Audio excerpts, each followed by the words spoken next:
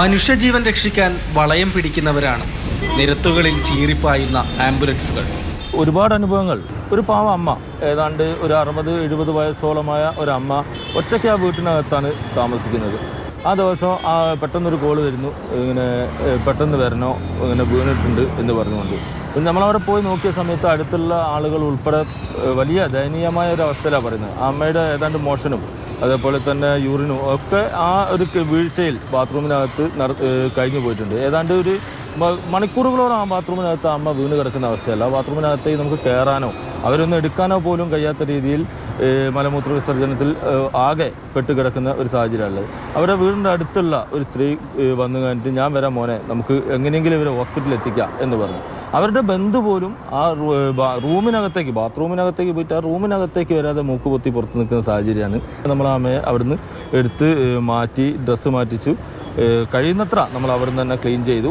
നേരെ വേഗം വണ്ടി കയറ്റി പോയി. അവരുടെ തുടരെ എല്ല് പൊട്ടിപ്പോയിട്ടുള്ള സാഹചര്യമുള്ളത്. അവർ വിളിച്ച് ചോദിച്ചു, അവർക്ക് സുഖമായി, ഇപ്പോൾ കുഴപ്പമൊന്നുമില്ല, വാക്കർ പിടിച്ച് നടക്കും എന്നൊക്കെയുള്ള അതുവരെയുള്ള ഒരു വിവരങ്ങൾ നമ്മൾ അപ്ഡേറ്റ് ചെയ്ത് പോയിട്ടുണ്ടായിരുന്നു. 3.5 മാസം പ്രായമുള്ള ഒരു കുട്ടിയെ നമ്മുടെ കോഴിക്കോട് മിംസിൽ നിന്നും കണ്ണൂർ മിംസിലേക്ക് ട്രാൻസ്ഫർ ചെയ്യാൻ വേണ്ടി ഉള്ളൊരു യാത്ര പോയിരുന്നു.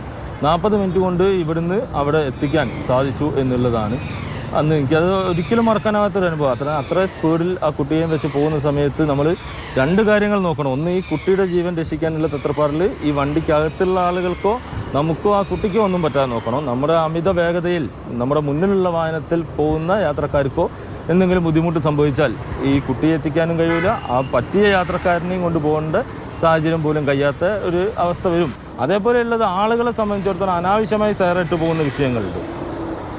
വണ്ടി തടയുന്ന സാഹചര്യങ്ങൾ, ഇത് രോഗിയില്ലല്ലോ എന്തിനാങ്ങൾ ലൈറ്റും സൗണ്ടും ഒക്കെ ഇട്ട് പോകുന്നു എന്ന് ചോദിച്ചുകൊണ്ടൊക്കെ വണ്ടി തടയുന്ന സാഹചര്യം ഉണ്ടായിരുന്നു. പക്ഷേ അത് നമ്മൾ ആളുകൾ പറഞ്ഞു കൊടുത്ത് അത്രയും സമയം നമുക്ക് പോവുക, രോഗിയെ എടുക്കാൻ പോവുകയാണെന്ന്. അപ്പോൾ എങ്ങോട്ടാണ് കൊണ്ടുപോകുന്നതെന്ന് ചോദിച്ചു.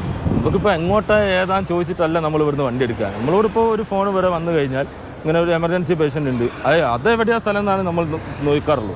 അല്ലാണ്ട് അവരെ എങ്ങോട്ട് കൊണ്ടുപോകണം, എവിടേക്ക് എത്തിക്കണം, അതൊക്കെ അവിടെ എത്തി അവർ പറയുന്ന രീതിക്കനുസരിച്ച് മാത്രം ചെയ്യേണ്ട കാര്യം. അതിലൊരു പങ്ക് ചില ആംബുലൻസ് ഡ്രൈവർമാരിലും ഉണ്ട്. ചില ആംബുലൻസിലൊക്കെ അനാവശ്യമായിട്ട് ഡിസ്ചാർജ് ആയിട്ടുള്ളൊരു പേഷ്യൻറ്റിനെ കൊണ്ടുപോകുന്ന സമയത്ത് സൈറട്ട് പോകുന്നുണ്ട്.